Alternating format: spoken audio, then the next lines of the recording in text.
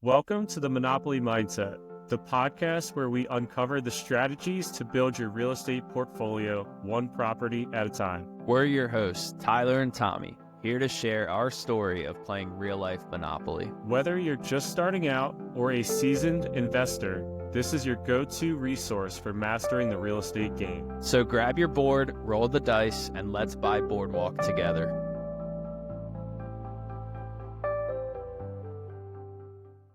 Welcome back to the Monopoly Mindset, episode 10 and a half, where we have a continuation of Ty's Airbnb story.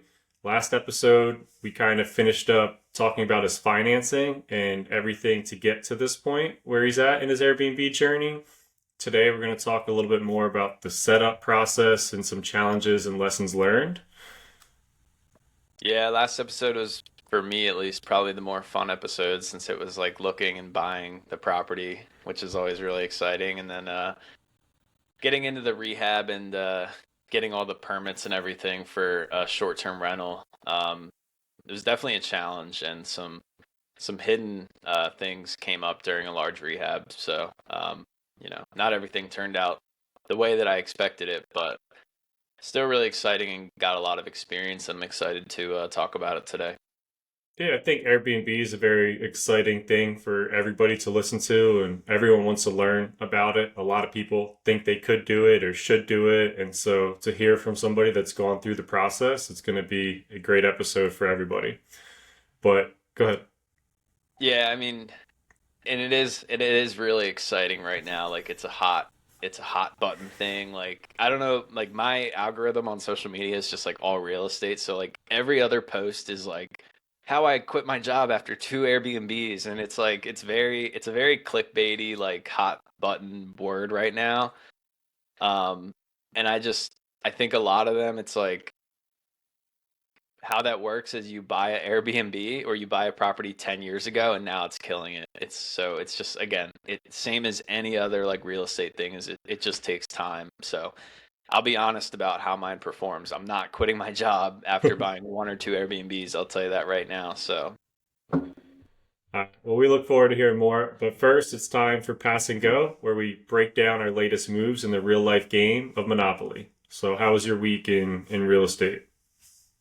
pretty good. I've been talking about this HELOC that I was planning on opening up. So right after the last episode, I got my appraisal back, and I said that I was looking to get an appraisal of 370 on my house, and how a house across the street was under contract and sold. So turns out that house sold for 470. It was listed for 480, which I was pretty happy with that number, 470. And my appraisal came back 390. So that basically, because I'm doing like a 90% loan to value on my HELOC, that allowed me to get almost $20,000 higher credit limit. And I closed Monday. So I'm really excited. Just to go into the numbers a little bit deeper. So when we say like 90% loan to value on a HELOC, basically what that means is you're going to take your appraisal and then take the percentage loan to value that they offer. So in my case, 90%. So let's say that my house is worth 100,000. 90% of that's 90,000, and then you subtract how much left you owe on your mortgage. So let's say I owe 50,000. With a 90% loan to value, you're going to do the 90 minus the 50 that you owe, and that leaves you with a $40,000 home equity line of credit. So some banks do 80, some do 85, and I went with a local credit union, and I've noticed that in my area they're a little higher than that. So that's why I went with that. But yeah, pretty exciting. Did you have to open a bank account with them? I already had a bank account open actually with them because I have another loan through them. So that's one of the Okay. reasons that I went with them, is because I knew typically they'd make you open up a bank account, and I was just like, I'm already a member there technically. I just have a savings with $1 in it, but Yeah. I pay my other loan off through them, so I think it made it a little bit easier. Gotcha. Yeah, with the HELOC that I got, I did create a bank account with Citizens, and currently I use Discover for my business banking. And I've been debating switching out of Discover and going over to Citizens because that's where I have the HELOC, and then I can just keep everything in one account. And I've been looking to kind of switch away from Discover. I'm not sure why it's been fine utilizing them, but I've just debated leaving them for whatever reason. So I'm just trying to decide if I should just switch over to Citizens full time or keep using Discover. Yeah, I mean, I like the smaller local banks. I mean, me and you have Wells Fargo for our LLC, and that's just because we live in two different states. So, like for us, it was like, okay, if we have to go to a branch, there's Hmm. Wells Fargo in Florida and there's Wells Fargo in Maryland. But personally, like, I also have this idea that like once I have enough properties, I'll be able to like go to the bank and actually just like walk into the manager's office, and you know what I mean, and like Yeah, just talk to somebody, versus like getting a robot on the phone. And I don't think I'll ever get that with Wells Fargo ever. I think I think there's a better chance I get that with a local bank, but I'm definitely nowhere near that number yet. But yeah. And then the other thing I had going on, I'm working on purchasing a property, Woodlawn, that we've talked about a couple of times. It's in a unique spot, and maybe I touched on this last time, but it's still kind of being delayed. The current owner has to get a survey completed because the title only has three sides on it, and it doesn't have like the fourth side. So like the property never closes, which is a little bit odd. And then there's like another parcel of land that they own, but wasn't on the title either or the deed. so if it only So has three sides, you're basically buying infinite amount of land, right? It just goes on forever. basically, yeah, Sounds like a pretty which good deal to me. yeah, my attorney doesn't think so though. So he's the one that is trying to get it closed off so I can actually own a specific plot of land. Yeah, that's confusing. I did want to go back to the HELOC thing real quick. So I did a little bit of research, and I know in a last episode we talked about, or a previous episode we talked about prime rate, and I think I said that that's like a number that changes daily because a lot of HELOCs are based on prime. So you'll get like prime plus 1%, prime plus 2%, etc. So I was doing a little bit of research myself, and I learned that so prime rate is historically directly based on the federal fund rate. So like every 3 months when they have the meeting, and then you see like, oh, interest rates went down 0.25 or interest rates went up or whatever. We've been hearing a lot about that since COVID. Prime is typically whatever that federal fund rate is plus 3%. So historically, it's just always stayed plus 3%. And my understanding is the federal rate is the rate that banks use to lend money to each other, and prime is the rate that banks use as a starting point to lend money to individuals. So I thought that was really helpful. So as we expect rates to go down in the next couple years, we can expect prime to follow that, staying 3% above it. So if you're taking out adjustable rate mortgages right now based on prime or HELOCs, I think now could be a good time since we're, expecting rates to go down. But when rates were at 3%, I think that can be, you know, a risky Yeah, time because catastrophic. Yeah, yeah, especially you when can they only ever have. expect rates to go up. So No, that's a great call out. It could be a good time to get an adjustable rate because interest rates should be going down based off everything that the market's telling us. yeah, but at the end of the day, you really never know. And they were 13% in like the 80s, so we could go back to that. Yeah, and they've been supposedly supposed to be dropping for the last 2 years, and they've pretty much stayed stagnant or gone up a little bit. So hopefully, I mean, everything that needs to point in the right direction is pointing in the right direction for them to go down finally, which previously everyone kind of just said, oh, rates are going to drop, but the information wasn't really leading us to those points where now the information is telling us that rates should drop, but the Fed's usually what, a couple months behind, and that's what we've seen. So we're I don't want to say we're experts, but it's definitely pointing in the right direction that we think they're going to drop.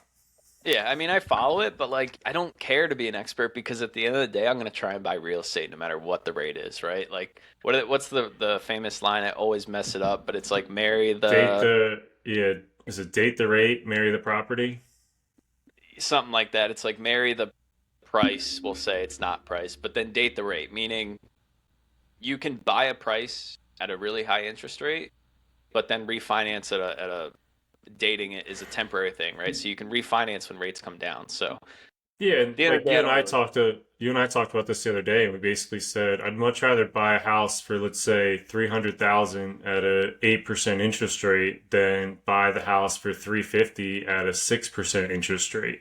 Because if you bought it for 300 when rates do drop down to 6%, then you could refinance into the same loan. You already own the property, and you'll pull out a little bit of equity when you do it. So Right. Because as soon as rates drop, the home value is most likely going to go up anyway. So, yeah, buying at a high rate, as long as you can survive, basically, until rates yeah, go back down. cool. All right. Well, I think that's all I had going on in my week. I mean, the only other thing is I still have three vacant properties, but there's been some talk about selling one of TDJ's properties, and so we might try to move that group of kids over to another house. I've talked with the coach about maybe putting some GAs in one of our properties. So we have a little bit of traction, and we've also talked about just opening up our houses from traditional college rentals to just getting single family kids in there, or single family rentals. So we'll see what ends up happening. I'm not as stressed if we don't get college kids. There's not a ton of rentals in that area, so I think we'll still be able to get our properties rented out if we don't end up getting them filled. Yeah, I don't think diversifying your tenants is such a bad idea. I mean, you're gonna get less rent, but at least like if you have 10 properties and all 10 are rented to college kids and all 10 college kids don't renew their leases, it's like you have to fill 10 houses in for June of the same year, which is just stressful. Whereas like maybe you have 7 rented to college kids and 3 single families, and those 3 single families will become vacant anytime in the year, right? So kind Mm-hmm. of takes some of the pressure off a little bit. Yeah, so we'll see what happens. That's kind of what our plan is now, but we still have until June until these kids are going to start moving out, and then we would have vacancies. So we still have some time, and who knows if if rates do drop and the market starts to go up a little bit, maybe we'll end up selling another property or two. So Yeah, you could always to incentivize people also, you could always like make their lease not start till August or like give them summer for free because most college kids don't live there in the summer, so they just yeah, have to the pay for the summer. yeah, that's a good idea. And I think one other thing that I'm gonna do too. I mean, I know it's pretty late, but we used to offer like $500 if somebody could get us like a referral. I might jump it up to like 1,000 and text all the current tenants that I know, and then maybe that'll incentivize them to, if they hear anything or say anything, maybe that's something that could help us out. So throw everything I can at trying to get the college kids because I do kind of prefer just keeping the houses that way. But if it doesn't end up working out, then yeah, we'll go from there. All right, yep, let's get into it. Perfect. So, like you said, we left off more with the financing piece of your Airbnb process, and so today we wanted to get right into like the setup and how everything went. Like, I don't know, you had to obviously start furnishing the property. You had to start doing the permitting process. I'm not sure where you want to begin, but let's hear a little bit more about the setup process.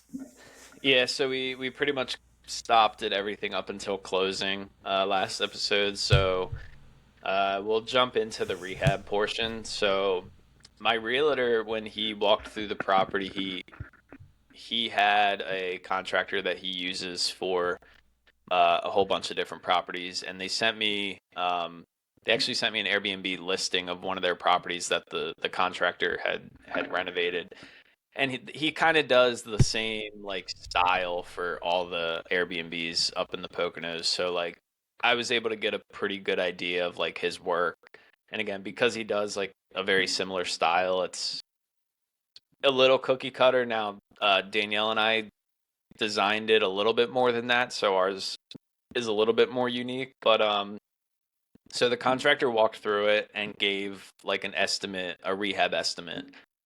Um, so I had that up front. But again, this was like my biggest rehab so far. On the duplex, I only did like a $15,000 rehab. So I walked through the property before closing, like I said, and one thing I noticed was that the two bathrooms, I've never seen this before in my life, but picture like a fiberglass bathtub fitter that like so a shower that's just like a fitter it inserts into the wall. Yeah. The entire bathrooms, like the walls, the ceiling, and the floor of the bathroom itself was a fiberglass fitter. And I was like, okay, that's a little concerning.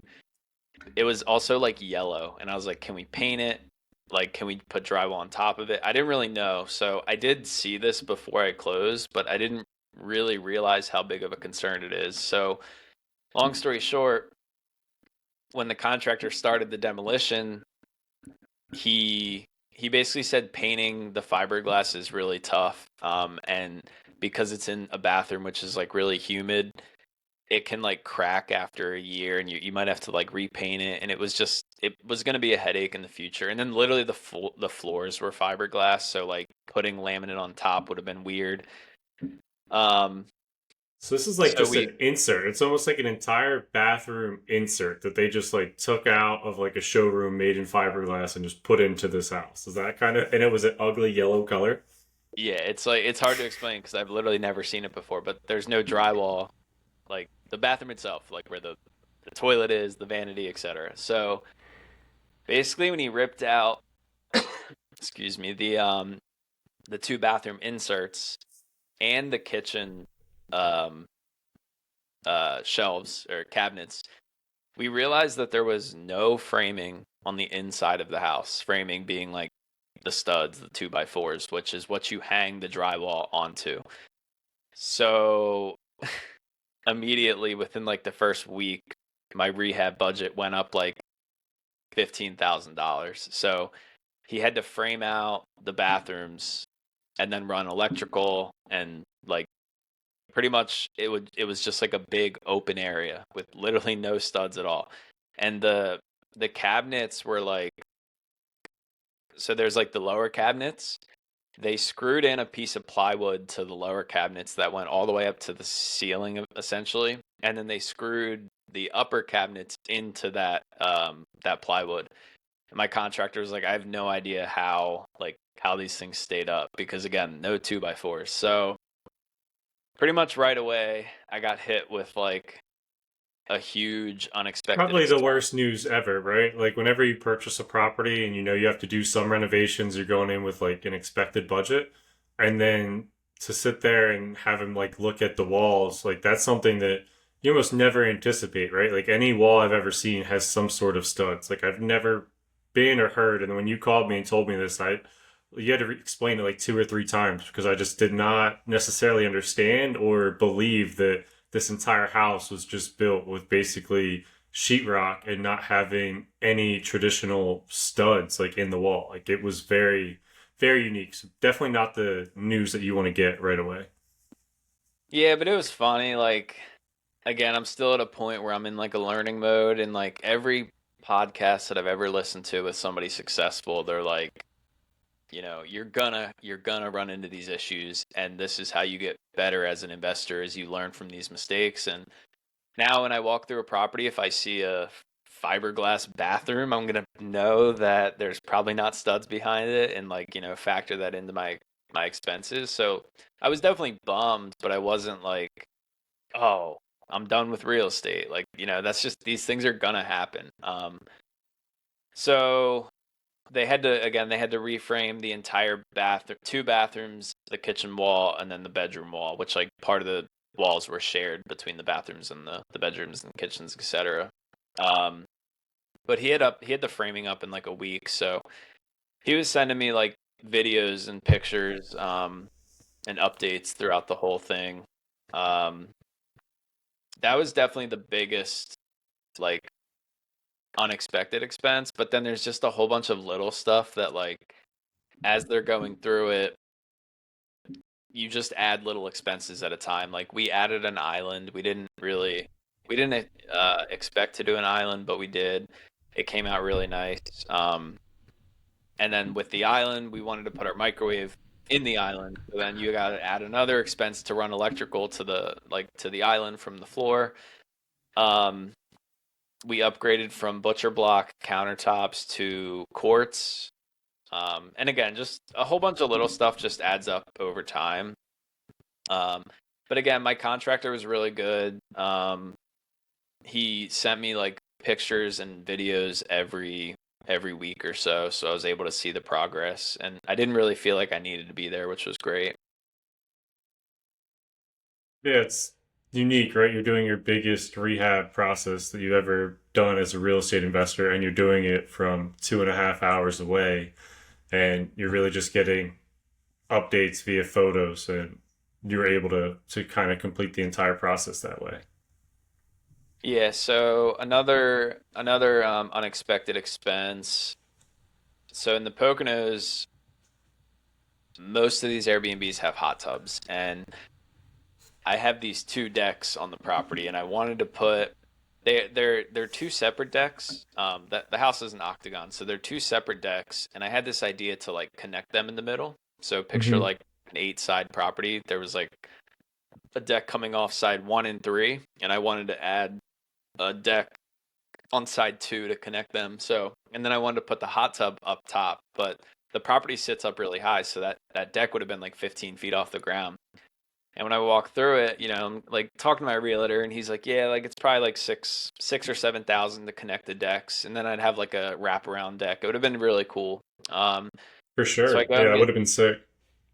yeah, I go and get some quotes for that, and that quote comes back 15,000 just to connect the decks. Like we're talking like 10-foot section of deck, but when you want to put a hot tub on there, which weighs like I don't know 3,000 pounds full of water, you need an engineer to come out. It needs to be like steel reinforced. Again, it's really high off the ground, so I decided to go with a pad, which was still $8,000 just for a concrete pad, or 7,000 just for a concrete pad to pour concrete and run the electrical to the house, plus the hot tub cost. So like that was another like 13,000 when I expected like seven or eight.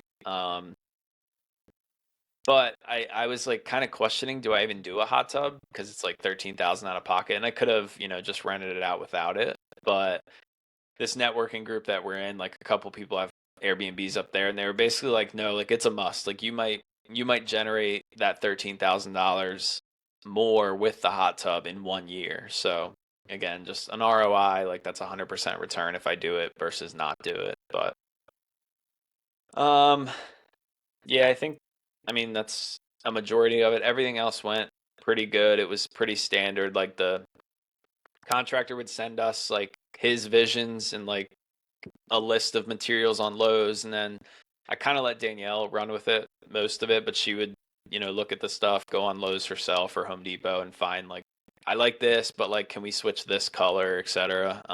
It was really fun and she really enjoyed it. So, I think getting your spouse on board, which I mean she is, but like to actually get her involved in like the design process and something that she enjoyed makes it cool because like next time when we're trying to do a big rehab, she'll be excited about it.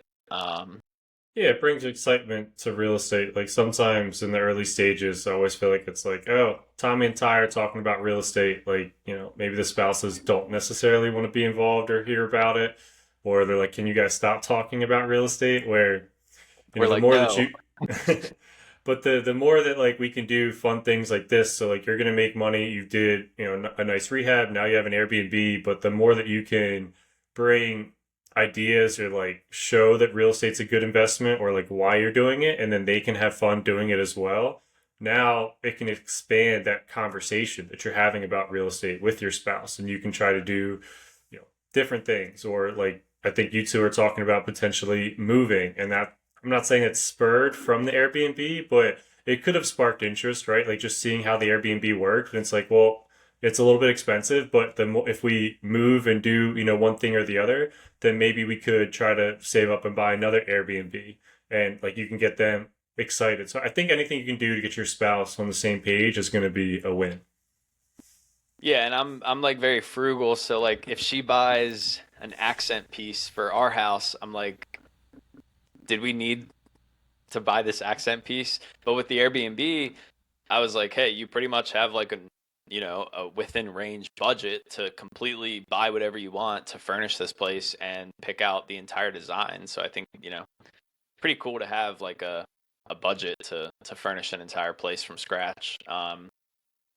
But yeah, so the rehab took about 3 months, I think. The hot tub is actually still not complete. It got delivered. It took me like 2 weeks to find a company to move it. I got a quote for $1,500 to move the hot tub from the driveway to the pad. Then I reached out Damn. to So like the an company actual. that delivered it wouldn't put it on the pad. No, I think they said I would have had to pay for like premium delivery or something. I mean, at the end of the day, like it just came through FedEx. They like picked it Uh, up at the warehouse and brought it on a truck. But the guy that did the pad, he met them there and he was like, "Yeah, I'm gonna try and like slide the guy $50 to like move it onto the pad." But it was at the time it got delivered in like February and everything up there was just covered in a sheet of ice and like it it's on like a walkway that's kind of dirt and like there's hills, so it would have been kind of hard to do it with all the ice. But yeah, I got a quote for $1,500 to move it, and I was like, "That's ridiculous!" Like, part of me just wants to drive up there with my brother and just move it myself. yeah. But then I reached out to a pool and spa company versus like a moving company, and they did it for like $280. So Oh, get well, quotes.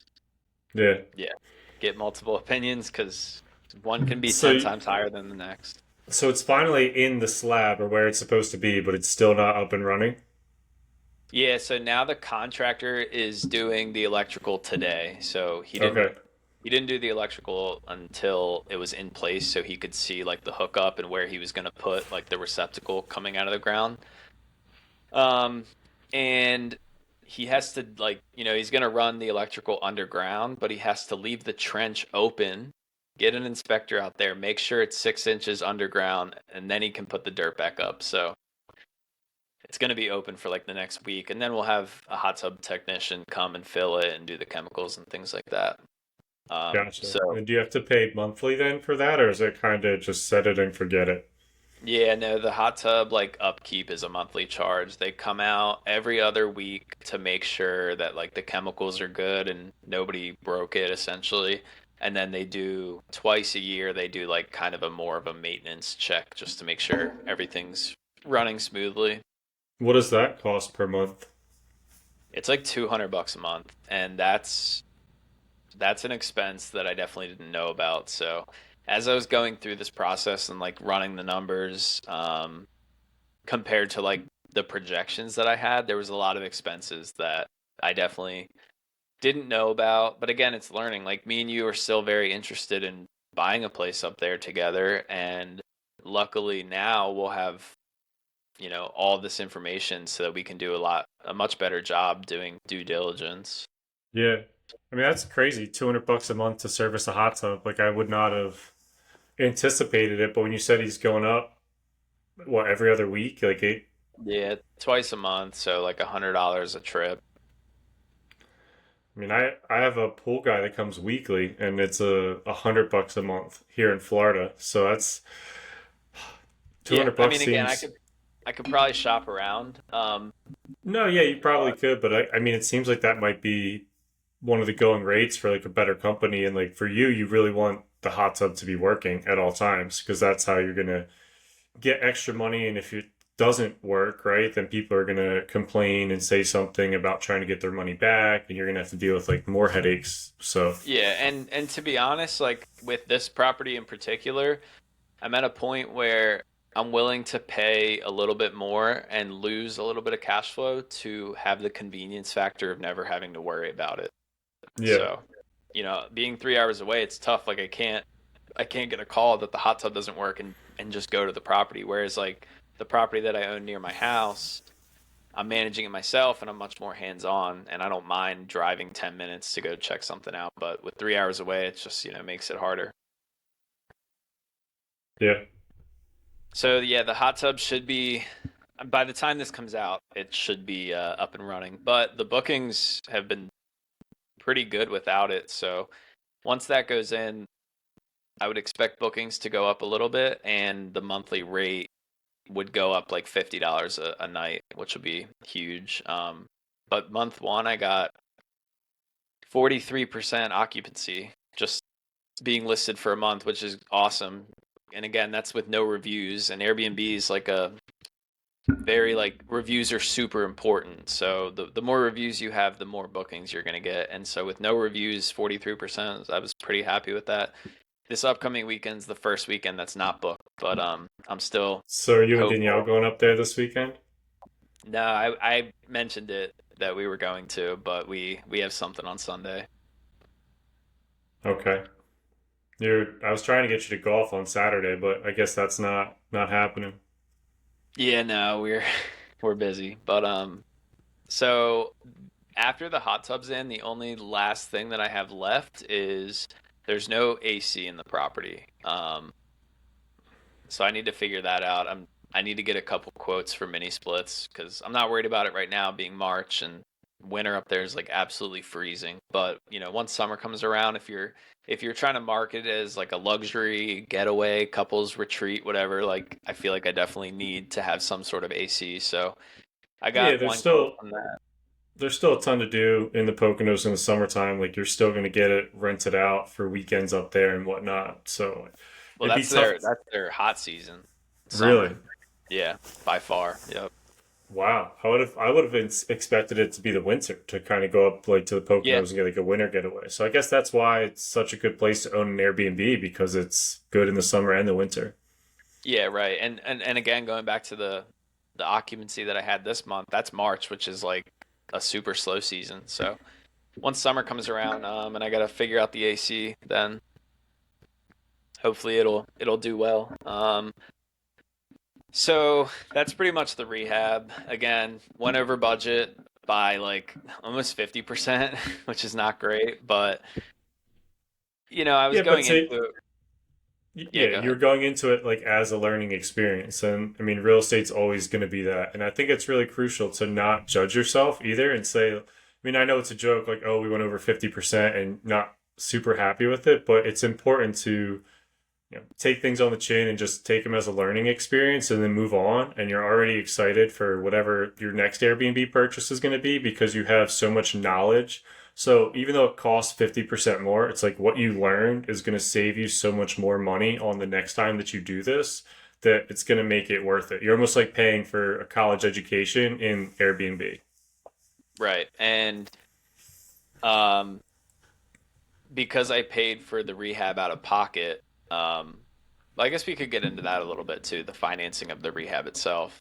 Because Yeah. I paid for the rehab out of pocket, I have a ton of equity in this property now, and I'm not going to refinance or anything in the next year or two, but maybe around 2 to 3 years, I'll be able to do a cash out refinance and pull out like probably half the money that I put in total. So, um, that's one of the reasons that I wanted to do a rehab versus buying a place turnkey. Yeah, Um, because you get yeah, a little bit of forced equity. And so it's like, I don't want to call it a cheat code, but to do that on an Airbnb where you're buying a crappier property or a fixer upper, and then you're putting in some of those nice finishes, which are typically going to last longer, right? Like if you do a rehab and you just put, I don't know, like traditional countertops instead of going with like quartz or granite, where like, might get nicked up or beat up a little bit more, where you two went in and put in, I believe, like granite countertops that look really, really nice. And so that's going to last a little bit longer. It's going to get you extra equity and like get you a better clientele for the Airbnb. And ultimately, you'll be able to pull that equity out in the future. yeah, exactly. And again, like to your point, I was going into it with like, okay, it needs to look good, people need to love it. And like each thing, if you're considering like upgrading from butcher block to quartz, it's like, okay, I'm gonna spend $1,000 more, but like how much is that gonna make me more in revenue each year. So it's kind of an interesting like doing everything with a business mindset versus like your primary is just, you know, you're not going to make any more money if you put in higher furnishings, and I guess until you sell. So, Ty, can you tell us a little bit about the furnishing of the property? I know you mentioned like Danielle was helping out a little bit with it, but what did the overall furnishing process look like? Yeah, so my realtor gave me a contact for a designer, which they do like they design, they pick out everything in terms of furnishing, but then they also put it together, which is huge. But That's awesome. we were new and kind of dumb, and we decided to do it ourselves. And again, Danielle was excited about it, so um, we furnished the whole thing ourselves, and we definitely saved some money there. Actually, we came in way under budget for the furnishing again because we did it ourselves, and we actually we took a lot of things from our home and like we upgraded like our bedroom set and then brought our bedroom set from our house up there. So we were able to save some money there. We have like our old pots and pans set. So we didn't buy everything new, but we bought 90% of it brand new on Amazon. And again, to walk into an empty house and have nothing and say like what do people need to live here for, let's say, a week, like it's so much stuff that you don't think about because typically when you're moving you always are bringing some stuff, right? Like whether you moved into college and then out of college, like you had some stuff to start out with, so to go from like complete scratch, like it's a lot of stuff that you got to think about, again, like can openers and like ironing boards and hair dryers and all this stuff. So we basically made a list and like on Apple ordered everything during the whole rehab process because I knew when the rehab was done, I'm gonna want to go up there right away and furnish it. And this back room is just like a storage room. It was literally filled, like the entire room. You couldn't even like stand with just stuff like bed frames, two mattresses, TV, couch, all the bathroom stuff, linens, like just everything. It just was so much. And honestly, the ordering wasn't that bad, but it took us like 3 weekends, 3 full weekends to go up there and put everything together. And like, if you know Amazon or Wayfair, if it comes in a box and it's like a table, it's gonna take you 3 hours to put it together. So Yeah. And we this had is like only for it's a two bed, or one two bath, bed, right? Two two bath, bed, two two bed, two bath. bath. But then there's also the like the living room area, the kitchen, and then you guys had like an outdoor sitting area too on the porch. So there was a lot in just this little house that you still had to set up. Yeah, the fireplace has four chairs and like, so yeah, like we had help from you. You came up one weekend while we were there and helped us put together a few things. And then my parents actually came up during the Super Bowl weekend, and that's when we finished. But we rented a huge U-Haul trailer, put a majority of the stuff in there. And again, it was just a lot of time and effort that we probably spent like 6,000 on furnishing. And I got a buddy that bought an Airbnb and listed it like a month before I did up there, and he went with the designer, and I think he said he spent like 12,000, and that included putting it all together. So, if I had to do it again, would I spend the $6,000 to not essentially drive up there 3 times and put it all together? Maybe. Um, or like the rehab kept getting pushed back, but like we had already planned to go up there on a certain weekend. So like we kind of made this mistake where we'll never do this again. But he said he was going to be done on January 1st. So we were like, okay, January 7th, we're going to go up there and put everything together. Well, January 7th, he wasn't done yet, but we were like, well, we had the plan to go up there. So we went up there anyway. Don't try and furnish during construction because there's literally like a film of dust on everything. Yeah. That's when you were there. It just like wasn't ready to be furnished. So then we'd get there and be like, all right, it's not ready yet. There's not much to do. So we kind of just wasted some time, but we were also just excited to like be there and go up there and like explore the area a little bit. I think we got a pretty good idea of the furnishing process, and That's a good way for you to save a couple dollars too, right? Doing it all yourself when you kind of went over budget in the rehab, then you decide, hey, we're not going to spend the $12,000 to do the furnishing and have it done by the designer. I think that was a good way to save money. Yeah, and again, like it got Danielle into it, and it was cool. Like it was fun, and I think it came out really good. And like for her, it's really cool to like look at the pictures and say like I literally designed all this like rehab and furnishing from scratch, and like I Yeah, don't know, it was it was a fun all. thing for her. So Yeah, you two have a lot, big piece, and it was fun for me. Like when I was up there randomly in Pennsylvania, and I knew that you two were going to be up that weekend, I made my way over and helped build an Adirondack chair or two, and that was a lot of fun for me just to be a part of what you two were designing and building, and like see the house, and it was a lot of fun. yeah, So so let's talk about the permitting process. When I know that was not nearly as much fun as maybe the rest of the process has been.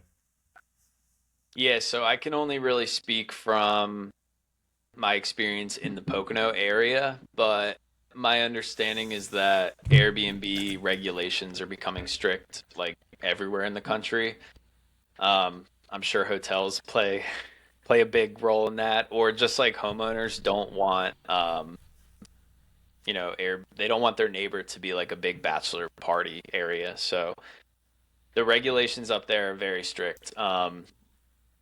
There's a township which I'm in Toby Hanna Township, and they put a cap on they basically put a cap on the number of short-term rentals that they're allowed to have. And fortunately, the cap has not been met yet, but there was only like 50 left. And once they were out, like once they're capped out, then you would have to get in line, wait for somebody to stop Airbnb, and then the next person in line, gets their permit.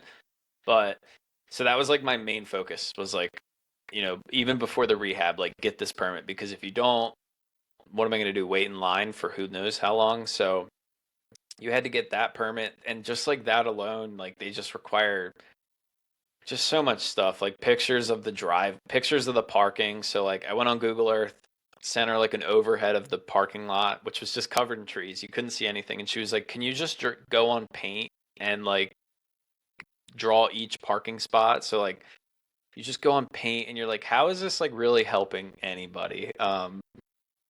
I just drew like 6 squares and wrote 1, 2, 3, 4, 5, 6, whatever. Same with the bedrooms. Like I sent her a floor plan that I got from the county, and she was like, "Can you label like the bedroom, bathrooms?" And it's like, it's just a lot of like, I don't know. It's to Just me, it checking seems like, boxes. You're going through the process to check the boxes. I mean, when you're building something on paint with just, drawing and then sending it in, and that's going to be like a legal binding document to help you get this permit, it feels like a very unique process. yeah. And then like they make you so that you get like a permit number, obviously, and your place can only be rented out to like a certain number of people based on the bedrooms. So like if you have a 2 bedroom, it can only be rented out to 6 people. And she was like, "Do you have an Airbnb listing?" And I was like, "No, I don't have the permit. Like how why would I have a Yeah. listing?" She was like, "Well, you need to send us a listing so that we can make sure that you have the maximum number of people and the township permit number in the listing." I was like, "This is a catch 22. Like I don't have a listing yet." And they're like, "Well, just make a listing on Airbnb. You don't have to put up any pictures. We'll make sure you have the right description and then just unlist it." And it's like this stuff's just like a huge waste of time. Like obviously I'm not going to list it because I don't have the permit, but I can't get the permit until I list it, and like it's so the township, I mean, the lady that I worked with was nice and explained everything pretty well, but yeah, they require like Pennsylvania tax forms, county tax forms, just all this stuff. So And what was the luckily I timeline got on it? Didn't it take you a couple months to get the whole permitting process? I know you're doing the rehab at the same time, but like half the time we would talk, the rehab was less of your concern. It was like dealing with this permitting process. And so, how long did it take? yeah, I think it probably only took me like a month and a half. I know that like the day I reached out to her and said like, "Hey, I want to get a permit. What do I do?" She was started her vacation for like 2 weeks, so that didn't really help. But I just kept asking. I was like, hey, like, how many permits are left? And she was like, as long as you get everything into me, like, pretty soon you'll be fine. There's no issues. But I was, of course, thinking the Yeah, worst. And I was a like, little nervous about it. And then yeah. didn't you tell me that when you first started this process, like maybe who you were reaching out to, I don't want to say they weren't the right person, but you were trying to go one way and then you talked to somebody in our group and then they kind of steered you in the right direction that helped you finally get some traction? Yeah, so I had some contacts that told me I had to do all this like state tax stuff that was going to take like a month. And then the guy that I mentioned that had just gone through this process was like, you don't have to do any of that. Like, just you just like sign this form or whatever. So like that wasted like 2 weeks for me, and I was frustrated because I just wasted all this time. But yeah, I mean, and that's where networking comes in. Is like this guy did everything I did just a month ahead of me, so he was very familiar with it all. And again, when me and you go to buy a place up there, like assuming that permits are not gone, which they probably will be, and we'll have to figure out something else, but like I'll know all this stuff now. So Yeah, it and I was a, think huge learning curve. Yeah, I think it was a good idea to start asking questions. I mean, one thing that you've done throughout this process that's been great is asked a ton of questions. There was a lot that you didn't know and you tried to figure it out on your own, as we all do, but then you would ask people questions and you strategically asked somebody that just went through this process and they were able to steer you and guide you and like help you throughout it. So, can't be too scared to get started. I think you need to just get started and ask those questions along the way and you're going to figure things out. Yeah, so then the township, I finally got that permit, and they take their chunk of money because I think at the end of the day, these permittings, they're just it's all about them getting some tax revenue. Then I'm in an HOA, so the HOA requires a short-term rental permit. And again, this is where it's tough with the Poconos is there's like 3 or 4 different counties. They all have their own rules on short-term rentals. Within those counties, there's like probably 100 different HOAs in the Poconos. They all have their own rules. Some don't require or don't allow short-term rentals at all. Some don't have any regulations. Some are in the middle. So it's like when you're buying up there, you need to have a realtor or a team that's like very familiar with all these rules, because you don't want to buy and then you're not allowed to rent in that area, and then you're kind of screwed. But luckily, my HOA, they basically were just like, hey, as long as you have the township permit, like that's what we care about. Just give us that and then pay us, and we'll give you the permit. So that process was a little bit easier. Um, and I believe those are the only two that I needed to rent it out. And of course, the HOA takes like a huge chunk per year just to rent it out, which again, it's like my HOA is $1,000 a month, but if I want to rent it out, I have to pay that plus an additional $2,500 a month. And I'm like, how is me renting out my property costing you $2,500? Sorry, not a month, a year. But I was how is gonna that fact costing check you there. I you? was like, that just gonna be very tough to make a profit on. Yeah, so it's like $250 a month basically. But like for what? You know what I mean? Like, and then if the tenants want to use their amenities like their pool and their basketball courts or whatever, they have to pay like an additional guest pass anyway. So it's like a lot of it to You'd me think just that would seemed be like, included in the 250 a month. I mean, instead of paying $100 a month or whatever, you're paying 250. So the extra 150 you pay per month should allow the guests to utilize the facilities. right. Um, so those are the permitting for renting it out. But then with the hot tub, this required 3 permits. So again, uh, I had to get the township permit, and the township is, I believe they are like a zoning permit. So that's basically they care about where you're putting the hot tub on your property. And again, I got 3 different quotes. I really like this one contractor, but he was like, you need to get a survey like you're about to get for your property. And a survey is like Hmm. $1,200. So I called the township. They're like, you don't need a survey at all. Go on the county website, and there's a picture of your plot, and just draw with a marker like where you're going to put this thing, and write the like estimated dimensions, and that's all they wanted. And again, my friend just went through this process. He got his hot tub permit. So I'm calling this contractor. I was like, dude, I've called the township twice. They don't require it. And he was like, I've done this a bunch. Yes, they do. So I ended up going with somebody else because like he wanted me to get this $1,500 survey, and township was very clear that they don't need it. So that's just for where you're going to put the hot tub pad, just like the concrete pad. Then there's like this third party company that's the building permit, and that's more like dealing with the electrical, right? So, and that's called Bureau Veritas.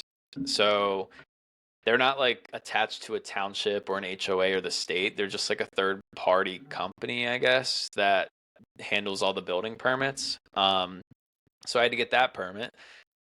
And then you have to get the HOA permit. And same thing, they're kind of like, hey, as long as you have the township and the Bureau Veritas, like just show us those permits, and we basically just take your money and give you your permit. So luckily the contractor that did do the hot tub pad did all of that for me. He went in person to all these places, and like I filled out the applications, but he dropped them off, I paid him, and it all went pretty smoothly. But it's just like, again, Yeah, 5 minutes total. that's an annoying process. So if you live there, like in the Poconos, could I just get a hot tub in general, or would I have to follow those same parameters?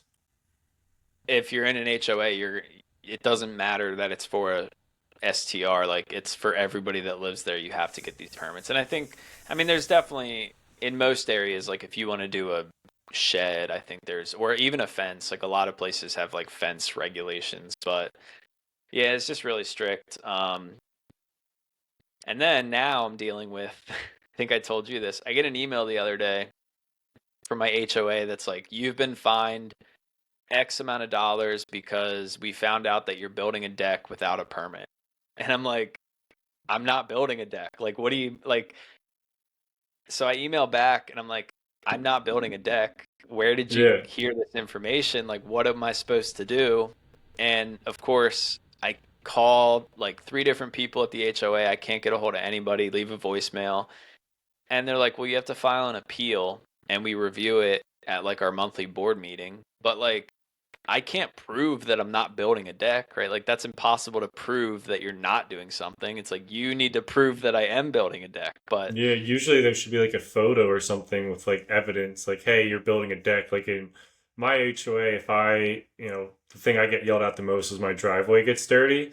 Like we have like a cement driveway, and just over time it gets like black grime on it, and I have to power wash it. So I'll get a photo of my front yard, and it'll say, "Hey, you have to clean your driveway." And it's like, all right, like you see the photo, it's dirty to them, and so I have to clean it. But usually you get that photo for like proof. Like without you having a photo, it's a little bit more unique. What are you supposed to do? Just send photos of your house and say, "I'm not building a deck. there's I'm no not." deck. Yeah. The Yeah, only thing I can think of is they saw the hot tub pad, which again, I have a permit for. I went on the HOA's website. It shows that I have the permit.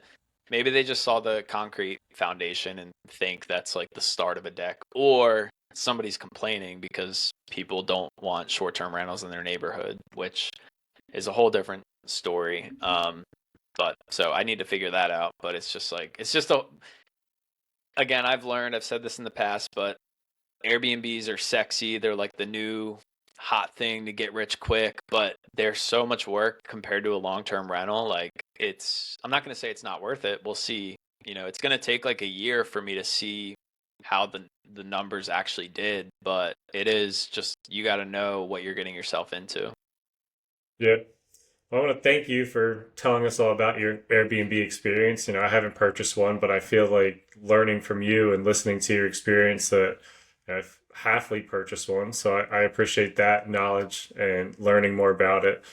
And to your point, like, I'd love to buy one up in the Poconos with you. Sarah and I have also wanted to buy one in like the St. Pete area, but we have the same type of issues of maybe trying to find a local team there. In a different networking group I'm a part of, I talked to somebody there and got some ideas, but there's so many different townships and regulations. Like it's a lot more free for all there. Like you're not supposed to have an Airbnb in certain areas, but people are doing it anyway. And it's like, well, I don't want to be that person. I want to do it in like the counties where it's regulated and you're allowed to. But still a tough process to figure out. And then it's like, all right, if we go through all that, find the right area, is it going to be worth like some of these experiences and extra permitting processes and whatnot? So kind of living vicariously through you and learning about your experience before I try to attempt it. But so, do you have any other advice for somebody looking to start a short-term rental, or anything else you want to touch up on from your experience? No, I mean, I think like to your point with St. Pete, like I think it can be scary because like a concern of mine was like, hey, what if my HOA allows short-term rentals today, but then I buy it and they change the rules and don't allow them? It's like then what? Like my place is not going to rent for, in long-term rental, it's not going to be a good deal as a long-term rental. So, like I was just nervous of like stuff like that, or like one of our friends in the group as well has a different guy has a he had like a 5 bedroom up there, and 5 bedroom, 6 bedroom properties up there, pretty like bachelor parties and bachelorette parties. That's like a huge destination. And he had a neighbor constantly complaining about noise, and he was getting fined. From what I understand, he was killing it. Like his place was doing amazing, but he was getting fined every single month from the HOA with like noise complaints that like Like basically multiple killed. times a month, like Yeah, I it think it was just like like a hundred killed all bucks of a his cash day for flow. like 3 4 days. Yeah, Yeah, and so what he did is put a like a decibel meter, so it just measures sound inside the house, and basically proved to the HOA that they were not being loud. It was just this grumpy neighbor that didn't want like bachelor parties. And I kind of get it, but like if they're not being loud, it's not the property owner's fault. So he put this meter in his house and was able to prove that um they weren't being loud. So he basically didn't pay any of the fines, I think. But just all this hassle, he ended up selling the property, even though I heard it was doing very well. But when you're getting these complaints every single week, it's like that's just not something that you're going to get with a long-term rental.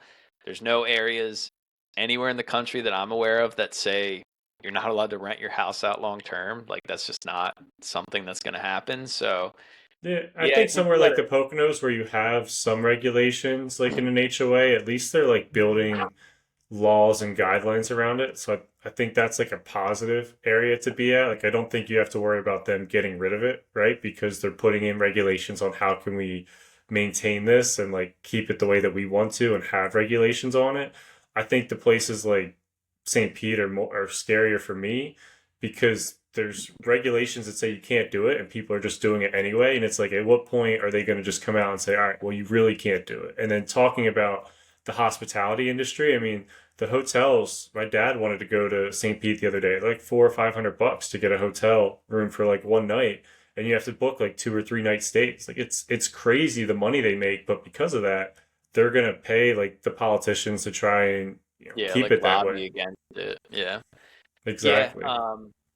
Well, with something like the Poconos, it's such a huge like tourist attraction that they can't ban Airbnb because that's bringing in so much money to the in taxes per year. Yeah.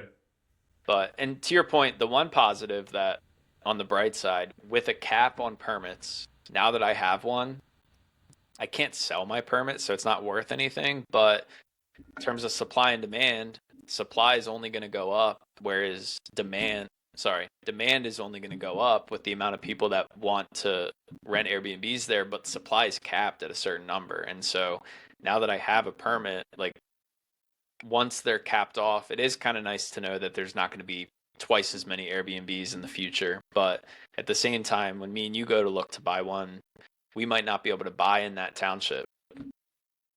Yeah. So, yeah, my advice would be honestly, don't do it as your first real estate venture. I would probably recommend buying a long-term rental first.